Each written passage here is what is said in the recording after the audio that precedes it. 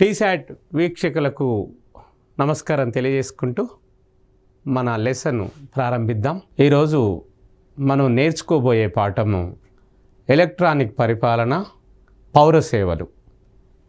ఆ అంశం మీద మనము పూర్తి అవగాహన కొరకు ప్రయత్నం చేద్దాం. అంటే మరి ఈరోజు మీ సేవ, ఈ సేవ అనేవి వచ్చినాయి. విషయాన్ని మీరు చూస్తున్నారు. మీ సేవ తర్వాత ఈ సేవ. మీ సేవ ప్రభుత్వం ఆధ్వర్యంలో నడుస్తుంటుంది. మీ సేవ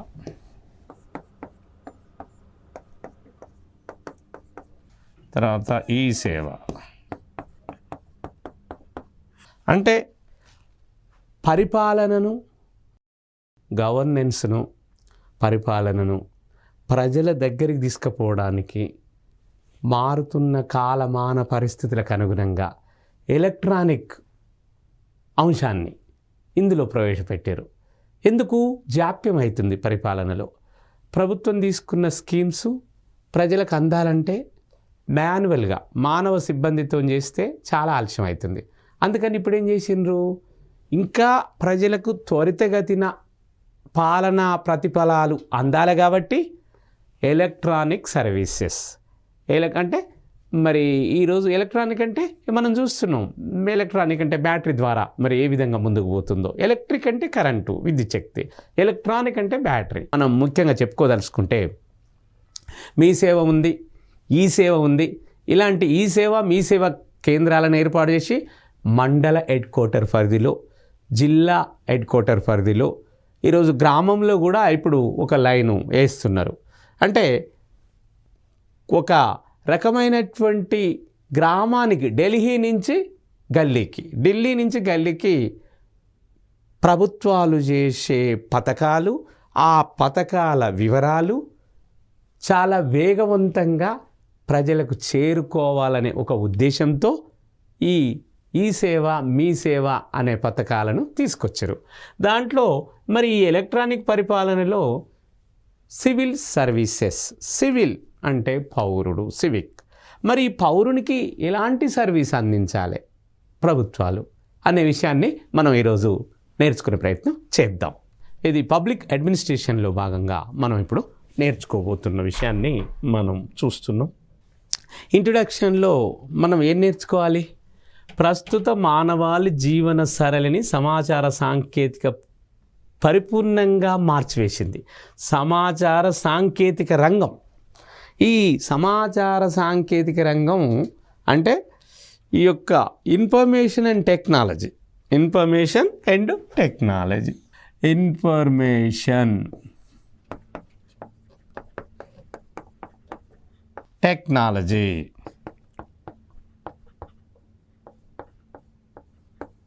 అంటే సమాచార సాంకేతిక రంగంలో వేగవంతంగా వస్తున్నటువంటి ఏవైతే మార్పులు ఉన్నాయో ఆ మార్పులను మనము ఈ ఎలక్ట్రానిక్ రంగంలో వస్తున్నటువంటి ఈ మార్పులను సమాచార రంగంలో ఉపయోగించుకొని సమాచారాన్ని అంటే ఇన్ఫర్మేషన్ను చాలా త్వరితగతిన వేగవంతంగా లబ్ధిదారులైన ప్రజలకు చేరవేస్తున్నారు. మరి అలా త్వరితగతిన అందితే మనం చూస్తున్నాం. ఈరోజు bullet train, semi high speed ట్రైన్ను నరేంద్ర మోడీ గారి ప్రభుత్వము ప్రవేశపెట్టింది. NDA, national democratic alliance, Narendra Modi గారి నాయకత్వంలో పనిచేస్తున్న ఎన్డీఏ గవర్నమెంట్ అంటే నేషనల్ డెమోక్రటిక్ అలయన్స్, జాతీయ ప్రజాస్వామ్య కూటమి.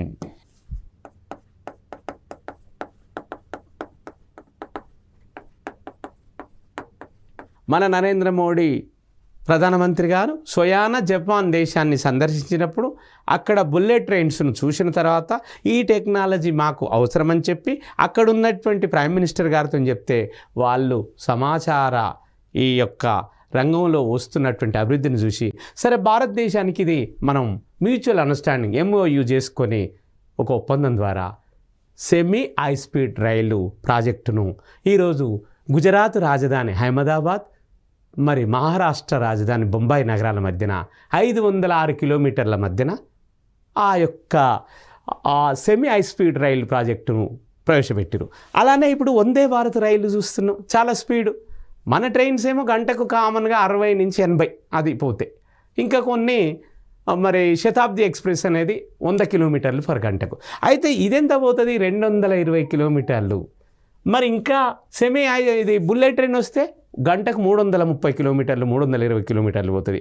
అంటే సమయాన్ని ప్రాపర్గా ఉపయోగించుకోవడానికి, ప్రజలకు మరి సేవలు త్వరితగతిని అందించడానికి అటు నరేంద్ర మోడీ గారి నాయకత్వంలో పనిచేస్తున్న భారత ప్రభుత్వం కానీ, ఇటు ఇక్కడ తెలంగాణ విషయంలో తీసుకున్నట్లయితే రేవంత్ రెడ్డి గారి నాయకత్వంలో పనిచేస్తున్న తెలంగాణ ప్రభుత్వం కానీ, ఇట్లా మరి తొందరగా ఒక్కొక్క మండల హెడ్క్వార్టర్లో, తాలూకాలలో, జిల్లాలలో, మరి సెక్రటేరియట్లో, సచివాలయంలో మరి స్పీడ్గా పథకాలను ఫ్రేమ్ చేసి ఆ పథకాలను మరి ప్రజలకు అందించాలనే ఒక సదుద్దేశంతో ఈ మానవాళి జీవన సరళిని సమాచార సాంకేతిక రంగం అనేది పూర్తిగా మార్చేసింది. ఈరోజు ఈ పరిపాలన విధానంలో పరిపాలన వ్యవస్థ ప్రక్రియలపై సమాచారం చాలా సాంకేతికతో తన ప్రభావాన్ని చూపిస్తున్న విషయాన్ని మనం ఈరోజు బయట కూడా ఇంప్లిమెంట్లా చూస్తున్నాం అందరం.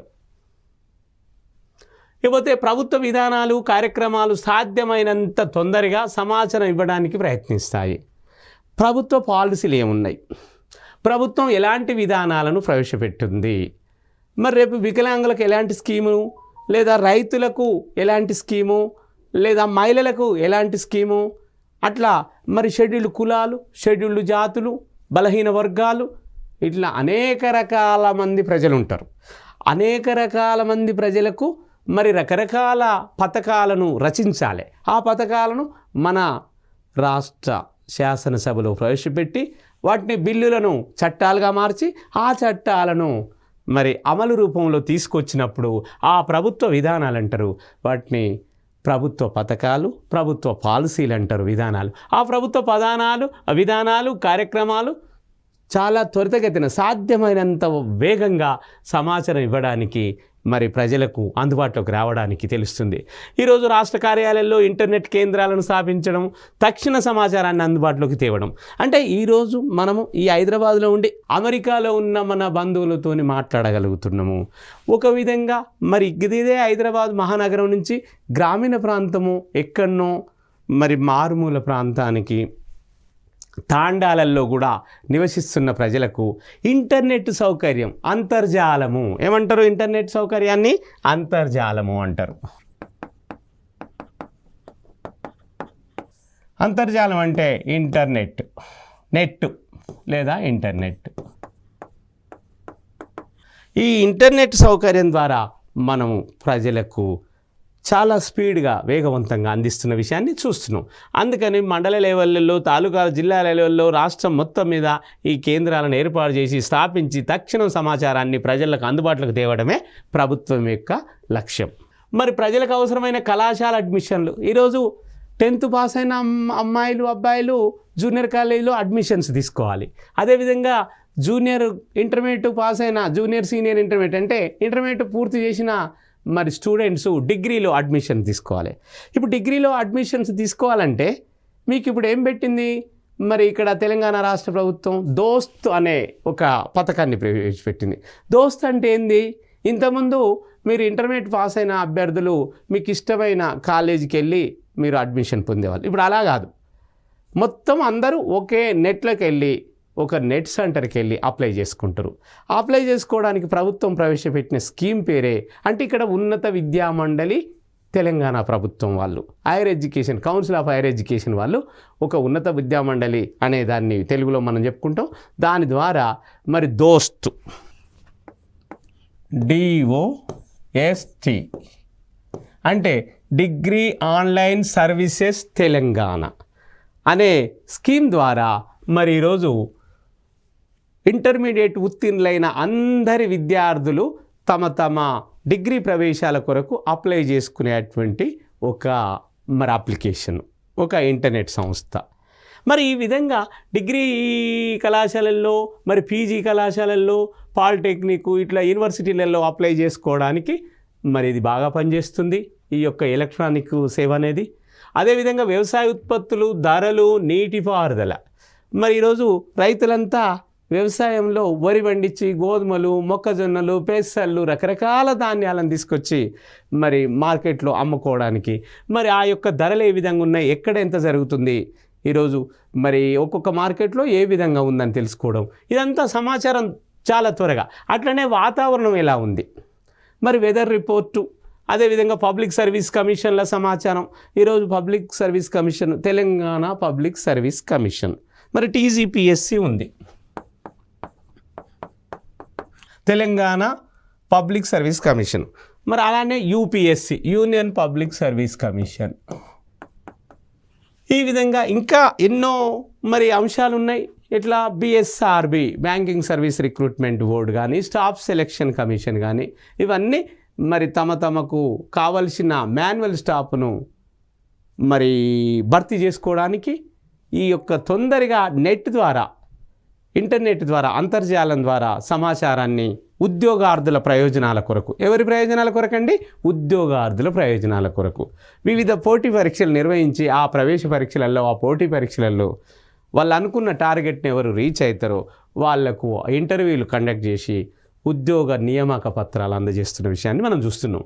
అంటే ఈ రకంగా సమాచారం ఈరోజు నీటిపారుదల శాఖ, అంటే irrigation department, weather report, public service commission, అనేక ఇలాంటి మొదలవాటి ప్రజలు ప్రభుత్వానికి చెల్లించవలసిన వివిధ రకాల పన్నులు, ట్యాక్సెస్, మీరు ఇంట్లో ఉండి ఫోన్పే, గూగుల్ పే, మరి ఈ విధంగా పేటిఎం, ఇవన్నీ కూడా మనం చూస్తున్నాం ఈరోజు. అంటే ఇవన్నీ ఈ యొక్క పౌర సేవలలో భాగాలే. ఫోన్పే కావచ్చు, ఫోన్పే, నెక్స్ట్ గూగుల్ పే, ఇంకా మరి పేటిఎం, ఇవన్నీ మనం చూస్తున్నటువంటి అంశాలు ఈ యొక్క మరి సివిల్ సర్వీసెస్లో భాగమే. ఇదంతా ఈ సేవ ఎలక్ట్రానిక్స్ చాలా స్పీడ్ అందుకుంది. మరి దీన్ని గుడ్ గవర్నెన్స్లో భాగం చెప్పుకుంటాం. ఇది సుపరిపాలన, ఇదొక భాగమైన అంశంగా మన ప్రభుత్వాలు మనకు త్వరితగతిన పథకాలు చేరడానికి ప్రవేశపెట్టినటువంటి ఈ స్కీములు. ప్రజలు ప్రభుత్వానికి చెల్లించవలసిన రకరకాల ట్యాక్సెస్, ఎలక్ట్రిసిటీ బిల్లు, తర్వాత మరి హౌస్ ట్యాక్స్, ఇంటి పన్ను, వాటర్ బిల్లు అంటే నీటి పన్ను, ఇట్లా అనేక రకాల ట్యాక్సెస్ ప్రజలు కూడా ఈ యొక్క ఎలక్ట్రానిక్ సేవల ద్వారా సివిల్ ఏదైతే పౌర సేవలు ఉన్నాయో దీని ద్వారా త్వరితగతిన ప్రభుత్వానికి చెల్లిస్తున్న విషయాన్ని చూస్తున్నాం. తర్వాత మరి భూమికి ట్యాక్స్, మరి ఇట్లా అన్ని రకాల పన్నులను, ఇన్కమ్ ట్యాక్స్, ఆదాయం పన్ను, ఇవన్నీ బ్యాంకుకు చెల్లింపులు, పోస్ట్ ఆఫీస్ చెల్లింపులు, ప్రభుత్వ లావాదేవీలు, ఇలా ఈ ట్రాన్సాక్షన్ అన్నీ కూడా ఈరోజు ఈ సేవలతో ఉన్నాయి. ఈ ప్రజలు ప్రభుత్వానికి చెందిన రకరకాల పన్నులు, సుంకాలు, ఫీజులు, విద్యార్థులు మరి విద్యాలయాలలో ప్రభుత్వానికి చెల్లించాలని ఫీజులు, ప్రభుత్వం విద్యార్థుల కొరకు షెడ్యూల్డ్ కులాలు, షెడ్యూల్డ్ జాతులు, వెనుకబడిన కులాల వరకు, మరి ఈరోజు అగ్రవర్ణ పేదలకు, వికలాంగులకు, మహిళలకు, మరి రకరకాల వాళ్ళు ప్రభుత్వం చేయాల్సినటువంటి పేమెంట్స్ ఏదైనా ఉంటే అవి కూడా మరి ఈ యొక్క ఎలక్ట్రానిక్ సేవల ద్వారా ప్రభుత్వం ప్రజలకు అందిస్తున్న విషయాన్ని మనం చూస్తూనే ఉన్నాం దైనందిన జీవనంలో. మొదలైన వాటిని అన్నిటిని సులభతరం చేయడానికే సమాచార సాంకేతిక సహాయపడుతుంది. ఇవన్నీ త్వరితగతిన ప్రజలకు చేరడానికే ఈ ఇన్ఫర్మేషన్ టెక్నాలజీ అంటే సమాచార రంగంలో విప్లవాత్మకమైన మార్పులు సంభవించి ఈ సమాచారాన్ని ప్రజలకు చాలా వేగవంతంగా అందిస్తున్నాయి. ఇటు రాష్ట్ర ప్రభుత్వాలు, అటు కేంద్ర ప్రభుత్వాలు, ఇటు గ్రామాలలో, జిల్లాలలో పనిచేస్తున్న జిల్లా ప్రభుత్వాలు, మండల ప్రభుత్వాలు, అదేవిధంగా గ్రామ పంచాయతీ కూడా ఈ త్వరితగతిన వేగంగా మనకు పరిపాలన ఫలాలు అందిస్తున్న విషయాన్ని చూస్తున్నాం మనం. పౌర సేవలు వివిధ రంగాలలో ఎలాంటి సమాచార సాంకేతిక పరిజ్ఞానం ప్రమేయంతో పనిచేస్తున్నాయి, ఎలాంటి టెక్నాలజీ ఉపయోగిస్తున్నాయి, దాని పరిజ్ఞానం ఏ విధంగా ఉంది అనేది మనం ఇప్పుడు ఒకసారి నేర్చుకుందాం. అందుబాటులో ప్రభుత్వ పత్రాలు, అన్ని పత్రాలు ప్రభుత్వం ప్రవేశపెట్టేటువంటి అన్ని పథకాలకు సంబంధించిన అప్లికేషన్స్ ఫామ్స్, దరఖాస్తు చేసుకునే పత్రాలన్నీ ఎక్కడ ఉంచుతుండ్రు, ఎటువంటి వ్యయం లేకుండా, అంటే ప్రజలకు ఎలాంటి భారం పడకుండా, ఆర్థిక భారం పడకుండా, ఖర్చు కాకుండా, మరి సమయం వృధా కాకుండా. ఒక ప్రజల మీద ఆర్థిక భారమే కాదండి, సమయం కూడా కలిసి వచ్చేటట్టు. మరి ఎందుకంటే ఇంతకుముందు ఒక తహసీల్దార్ ఆఫీస్కి పోవాలంటే, ఒక ఎంఆర్ఓ ఆఫీస్కి పోవాలంటే చాలా టైం పట్టేది. అక్కడ సిటిజన్ షార్ట్ పౌర సేవా పత్రం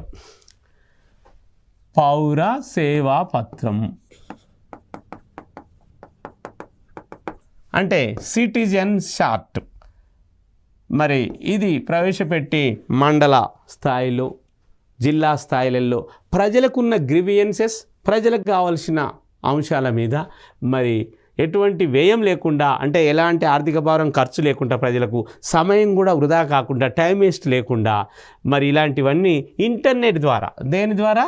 ఇంటర్నెట్ ద్వారా ప్రజలకు కావలసిన సమాచారాన్ని, ఇన్ఫర్మేషన్ను సులభంగా పొందగలుగుతున్నారు. అంటే ఈ యొక్క సమాచార రంగంలో ప్రవేశించిన సాంకేతిక విప్లవాల మూలంగా, అంటే టెక్నాలజీలో వచ్చినటువంటి ఒక నూతన మార్పుల ద్వారానే ప్రజలు త్వరితగతిన ప్రభుత్వం పథకాల గురించి లేదా ప్రజల ఇబ్బందుల గురించి ప్రభుత్వానికి మరి సమాచారం మీడియా ద్వారా, ఇంటర్నెట్ ద్వారా మనం పొందుతున్న విషయాన్ని మనం చూస్తూనే ఉన్నాం ప్రతిరోజు. అధికారిక ప్రకటనలు, సమాచార ప్రసార సాంకేతిక పరిజ్ఞానం ద్వారా ప్రజలు తమకు కావాల్సిన భూమి పట్టాలు, మరి పట్టాదారు పాస్ పుస్తకాలు, రిజిస్ట్రేషన్ పత్రాలు, భూమి కోసం కొనుగోలు, అమ్మకపు పత్రాలు, జనన మరణ ధృవీకరణ పత్రాలు, అంటే బర్త్ సర్టిఫికేట్సు, అదేవిధంగా డెత్ సర్టిఫికెట్లు.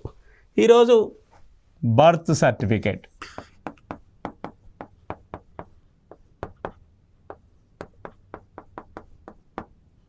బర్త్ సర్టిఫికేట్ అంటే మరి మనం ఎక్కడ జన్మించినాం, మున్సిపల్ పరిధిలోనా, మున్సిపల్ కార్పొరేషనా, మరి గ్రామంలో జన్మిస్తే గ్రామ పంచాయతీ కార్యదర్శి, మండల పరంగా మున్సిపాలిటీ, స్థానిక ప్రభుత్వాలలో మున్సిపాలిటీలు, జిల్లా పరిషత్తులలో మరి ఎక్కడ జన్మిస్తే వాళ్ళు ఒక జనన సర్టిఫికెట్ ఇస్తున్నారు, బర్త్ సర్టిఫికెట్. అది ఇమీడియట్గా మనము ఏ రోజైతే జన్మించినామో ఆ జనన టైము, ఆ రోజు, ఆ డేటు ప్రకారం, ఆ సంవత్సరం ప్రకారం, ఆ నెల ప్రకారం ఇస్తున్నటువంటి విషయాలను మనం వెంటనే పొందగలుగుతున్నామంటే దానికి ఈ యొక్క ప్రభుత్వ పాలనలో, ఈ శాస్త్రంలో, ప్రభుత్వ పాలనలో మరి ఈ అడ్మినిస్ట్రేషన్లో ఒక నూతన మార్పులు రాబట్టే ఈ ఎలక్ట్రానిక్ సెక్టార్లో మనం అంత త్వరితగతిన పొందుతున్నాం ఈ సేవలన్నింటినీ.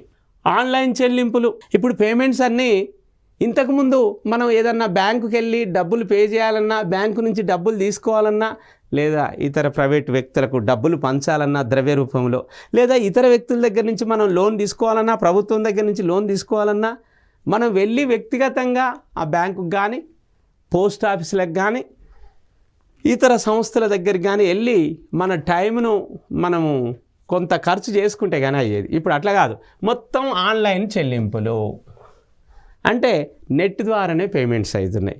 మనం ఇంతకుముందే చెప్పుకున్నాం, ఎట్లా అంటే ఫోన్పే, గూగుల్ పే. ఈరోజు ఫోన్పే, అదేవిధంగా గూగుల్ పే, తర్వాత పేటిఎం, మరి ఈ అన్నీ దీని ద్వారా మనం చూస్తున్నాం.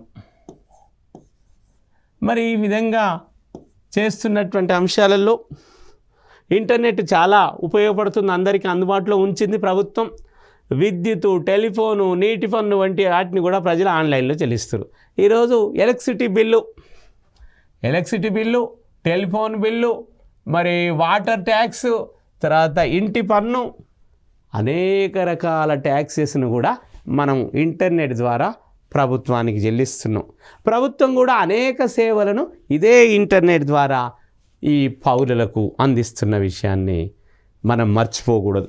ఫిర్యాదులు, ప్రజా సమస్యలు, సలహాలు, మరి ఈ సేవలు పొందుతుంటే ఏమన్నా ఇబ్బందులు ఎదురైనాయా? ఇబ్బందులు ఎదురైతే మళ్ళా ప్రభుత్వానికి మనము కంప్లైంట్ రూపంలో ఏమనాలండి? కంప్లైంట్. ఆ కంప్లైంట్ అనేదాన్ని మనం ఫిర్యాదు అంటున్నాం. అదేవిధంగా పబ్లిక్ ఇష్యూస్, సమస్యలు, అదేవిధంగా సలహాలు, ఎలాంటి ఏమన్నా సలహాలు ఇద్దామా ప్రభుత్వానికి, మీరు ఇలా పెట్టిరు, ఈ విధంగా అయితే కొంచెం ఇంకా ముందుకు పోయే అవకాశాలు ఉంటాయి సార్ అనే అంశం. అంటే ప్రభుత్వానికి సలహాలు ఇవ్వడానికి కానీ, ఈ చేస్తున్న పథకాల అమలులో ప్రజలకు ఎదురైన ఇబ్బందుల మీద కంప్లైంట్స్, ఫిర్యాదు చేయడానికి కానీ, మరి కంప్లైంట్స్ కూడా ఉంటాయి కాబట్టి మరి మనం అలాంటి అంశంలో ఈ కంప్లైంట్స్ మరి ఇట్లాంటి ఏమన్నా ఫిర్యాదులున్నా, కంప్లైంట్స్ అయినా, మళ్ళీ లేకపోతే వాటికి పరిష్కారం పొందడం కానీ, మనం ఇచ్చినటువంటి ఫిర్యాదులకు ఎలా మళ్ళీ దాన్ని మనం సెటిల్మెంట్ చేసుకోవాలి, అంటే అవి ఏ విధంగా సెటిల్ చేసుకోవాలి, పరిష్కరించుకోవాలి, ఇలాంటివన్నీ ఆన్లైన్లో పొందుతూనే ఈరోజు ప్రభుత్వానికి సంబంధించిన అనేక విధానాలు, ప్రభుత్వం ప్రవేశపెట్టే అనేక పథకాలు, అనేక పాలసీసు, పథకాలకు సంబంధించినవి, ప్రభుత్వ విధానాలకు సంబంధించినవి, ప్రతిస్పందనలు, ప్రజల నుంచి ఏ విధమైనటువంటి రెస్పాన్స్ వస్తుంది, ఫీడ్బ్యాక్ అంటాం. ఏమంటాం దాన్ని? ఫీడ్బ్యాక్.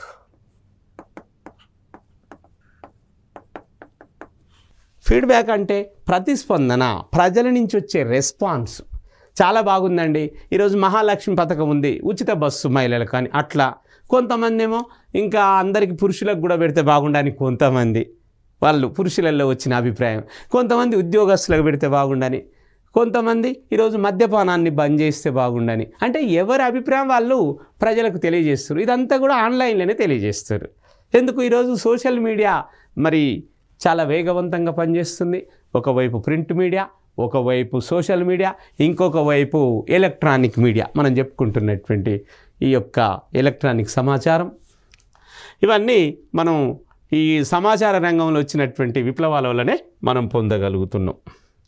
పౌర సేవల కల్పన, సమాచారం, ప్రసార సాంకేతికత పాత్ర అంటే ఏ విధంగా ప్రసారం ఈ టెక్నాలజీ కమ్యూనికేషన్ సెక్టార్లో సమాచారం ఇవ్వడంలో ఉపయోగపడుతుంది అనేది ఇప్పుడు మన ముందున్నటువంటి ప్రశ్న. ఆన్లైన్ ఫిర్యాదులు, సమస్యల నమోదు. ఏ ఫిర్యాదు వచ్చినా, ఏ కంప్లైంట్ వచ్చినా ఆన్లైన్లోనే చేస్తున్నారు.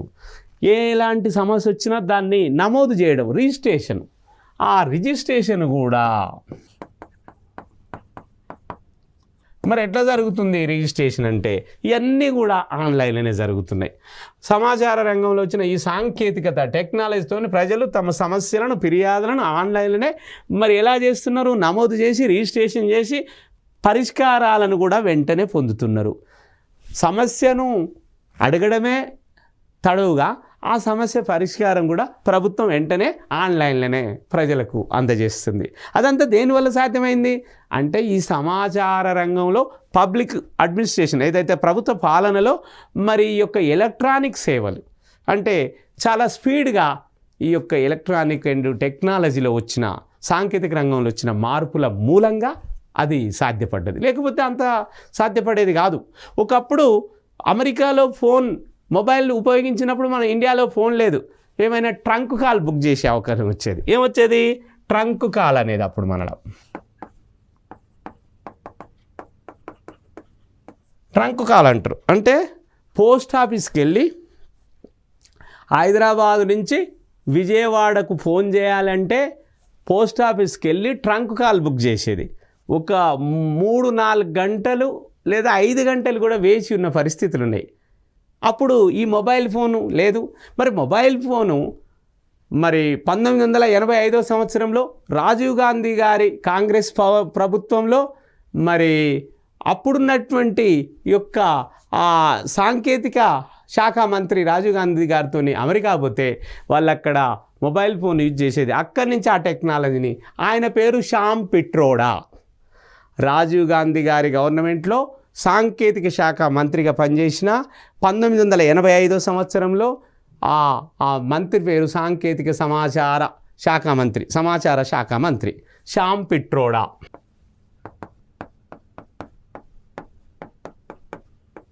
మరి ఈ శ్యామ్ పిట్రోడా అనేట ఆయనే అప్పుడు 1985 సంవత్సరంలో రాజీవ్ గాంధీ గవర్నమెంట్లో తీసుకొచ్చినటువంటి మార్పు యూరోప్లో కానీ ఉత్తర అమెరికాలోని యుఎస్ఏలో కానీ వచ్చినటువంటి ఈ యొక్క మొబైల్ ఫోను ఈ యొక్క మరి అప్పుడు టెలిఫోన్ బూతులు ఏర్పాటు చేసి ఓ పచ్చ డబ్బాలల్లో మాట్లాడుతుంటే అలాంటి టెక్నాలజీని ఇక్కడ మనం అమెరికాకు మనము మ్యూచువల్ ఎక్స్చేంజ్ చేసుకోవడం జరిగింది.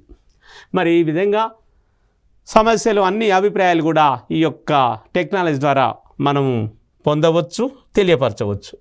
వివిధ విభాగాలు, అధికారులు తమకు వచ్చిన సమస్యలను పరిష్కరించుకొని తక్షణ సమస్యలను పరిష్కరించి ఇమీడియట్ యాక్షన్స్ కూడా ఎమ్మటే చేపట్టడంతో పాటు ప్రజలు కూడా తమ ఫిర్యాదులను మరి ఈరోజు ఏ స్థాయిలో ఇస్తున్నారో మనం ఒకవైపు తెలుసుకుంటూనే ఉన్నాం. ప్రజలు వెంటనే కంప్లైంట్స్, ప్రజలు కూడా తమకు ఎదురవుతున్న ఇబ్బందుల మీద, సమస్యల మీద ఫిర్యాదులను, కంప్లైంట్స్ ఏ విధంగా ఇస్తున్నారో మనమంతా ఈ డైలీ లైఫ్లో చూస్తున్నాం.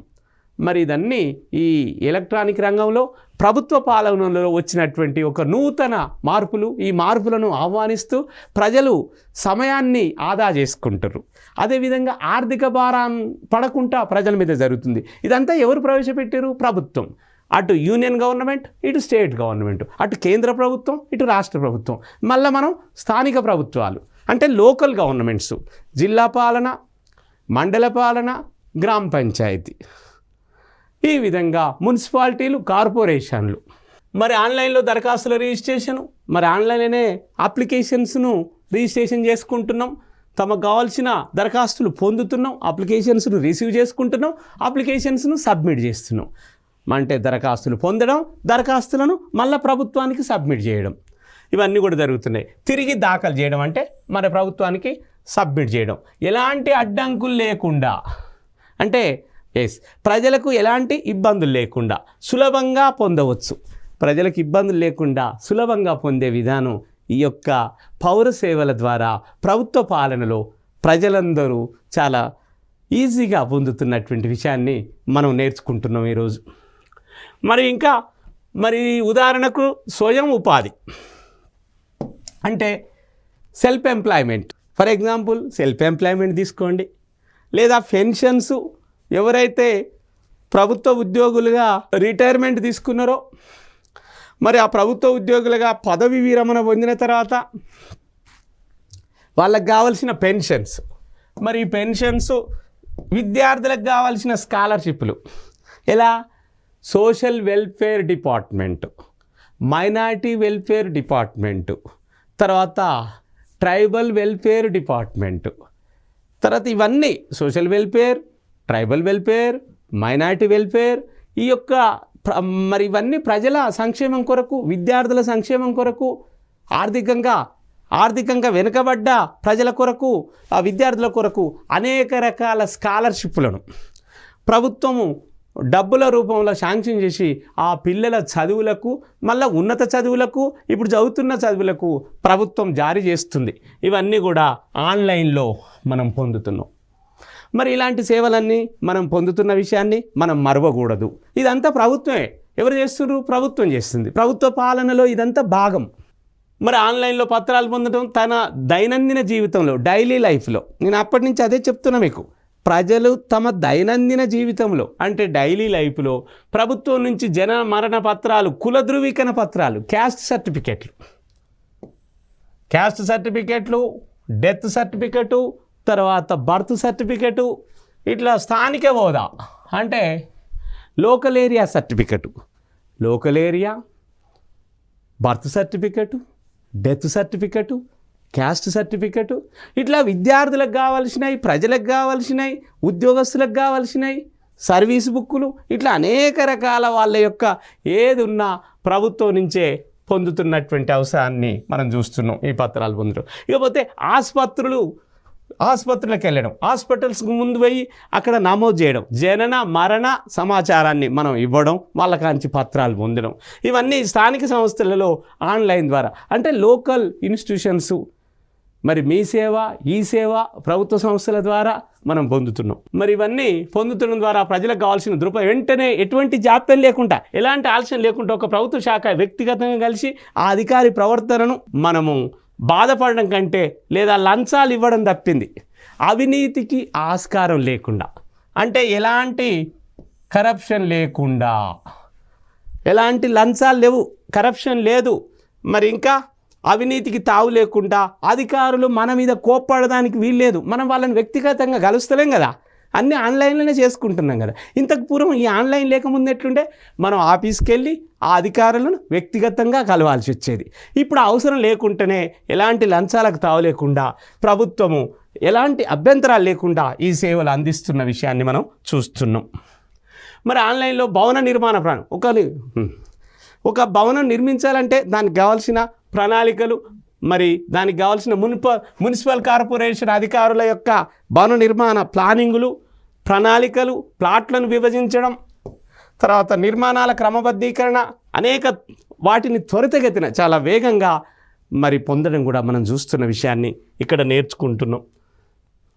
భూమి పట్టాల పంపిణీ, మరి ఏదైతే భూమి పట్టాలు ఉన్నాయో అవి కూడా ప్రజలకు త్వరితగతిన మన రైతు పట్టాదార పాస్ పుస్తకాల పంపిణీ కూడా మనం చూస్తున్న విషయాన్ని, ఎక్కడ ఏ భూమి ఏ ప్రాంతంలో ఉంది. అందుకనే ధరణి, ఇప్పుడు ధరిత్రి, రకరకాల ప్రభుత్వాలు మారినప్పుడు పథకాల పేర్లు కూడా మారుతాయి. అది గమనించుకొని ప్రజలకు మరి ప్రభుత్వాలు సేవ చేస్తున్నాయి. కాబట్టి ఇలా భూమి యొక్క సరిహద్దులు, బౌండరీసు, దాని స్థాయి, అది బంజర భూమా లేకపోతే తరినా, మాగానినా, మెట్టన, ఇలాంటి అన్నీ, మరి నీటిపారుదల సౌకర్యం ఏ విధంగా ఉంది, ట్యాంక్స్, చెరువుల, కాలువల, బావుల, మరి ఇలాంటి ఆ అవకాశాలు, ఆ భూమిలో పండే పంటలేంది, ఆ పంటల యొక్క మరి ధరలేంది, ఇలాంటి అన్నిటికి సంబంధించినటువంటి విషయాలను మనం ఇక్కడ చేస్తున్నాం. ఇవన్నీ ఆన్లైన్లో చెల్లింపుల ద్వారా మనం చేస్తున్న విషయాన్ని నేర్చుకుంటున్నాం. కాబట్టి ఈ విధంగా మనము పబ్లిక్ అడ్మినిస్ట్రేషన్లో భాగంగా, ప్రభుత్వ పాలనలో భాగంగా ఈరోజు పౌర సేవలు ఎలా పొందుతున్నాం, ఇంకా ముందు రోజులలో ఇంకా ఎలాంటి ఈ సమాచార రంగంలో ఎలాంటి టెక్నాలజీ ప్రవేశిస్తుందో, ఇంకా ఎలా డిజిటల్, మీరంతా చూస్తున్నారు డిజిటల్ చెల్లింపులు వచ్చినాయి, ఇవన్నీ వస్తున్నాయి. కాబట్టి వీటినన్నింటినీ గమనించి ప్రభుత్వం అందిస్తున్న ఈ సేవలను ఉపయోగించుకొని మరి ఈ యొక్క తెలంగాణ ప్రభుత్వంలో వరల్డ్ వైజ్గా, ఇది శాటిలైట్ కాబట్టి ఉపగ్రహం ద్వారా కాబట్టి క్లాసులు వరల్డ్ వైజ్గా ఉన్న తెలుగు ఇతర భాషల పిల్లలు ఈ యొక్క మరి ఉద్యోగార్థులు వివిధ పోటీ పరీక్షలలో తమ యొక్క ప్రతిభను ప్రదర్శించి ఉద్యోగార్థులుగా మరి నిలబడాలని ఈరోజు టీశాట్ మిమ్మల్ని కోరుకొని మీకు ఆ యొక్క అవకాశాన్ని ఇస్తున్నందుకు దానికి కృతజ్ఞత తెలియజేసుకుంటూ తర్వాత క్లాసులో మనందరం కలుసుకుందాం.